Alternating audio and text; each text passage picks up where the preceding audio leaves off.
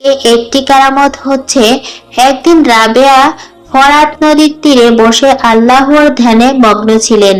এমন সময় তৎকালীন শ্রেষ্ঠ সাধক হযরত হাসান বসরি রহমাতুল্লাহ আলাইহি সেখানে হাজির হলেন।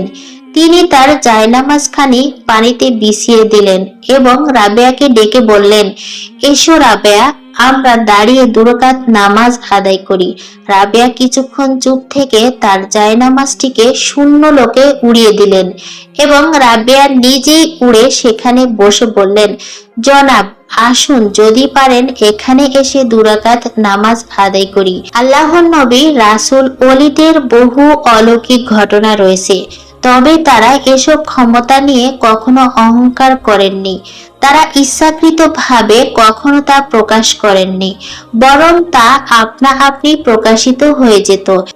এত কামেল হয়েও হযরত রাবেয়াকে অনেক সময় ছিন্ন বসনে দেখা যেত।